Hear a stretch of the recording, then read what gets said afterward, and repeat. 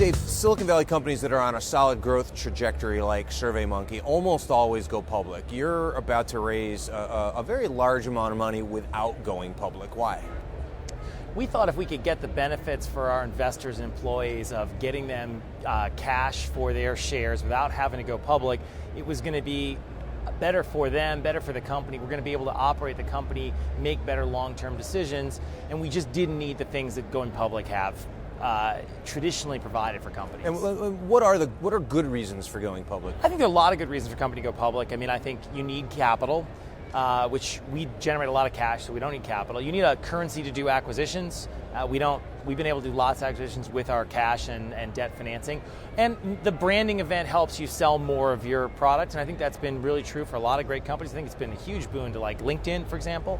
But it's not how our business works. We're really well known in what we do, and it really wouldn't change customers' perception of our product. Now, you mentioned the word debt, another unusual thing. You're an internet company, you don't have a lot of assets. Most companies that borrow money borrow against their assets. So why use, and not just a small amount of debt in your case, but a large amount of debt, right? Yeah, I mean, we're raising $350 million in debt as part of this transaction, and that is really unusual, but we've been unusual in that regard for a long time. When we did the original transaction about 4 years ago, we bought control from the founder, and we used both equity and debt in that. And my investors have been private equity firms that are comfortable with that, and it's something that I've learned to actually appreciate, that it's a really cheap source of capital, particularly in today's debt markets. It's something technology companies generally have been afraid of, but when you have a lot of cash flow like we do, it's actually a very good way to finance your business. Why are technology companies afraid of debt, historically?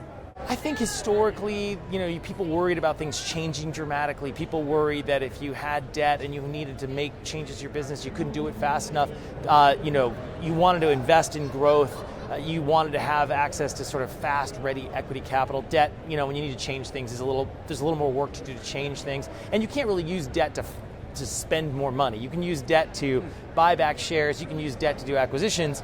But the lenders want to make sure that the cash flow keeps coming in. They don't want you to borrow money. So if you're going to invest and take down your earnings or take down things to bring up your expenses to grow faster, you're not going to want to do it with debt.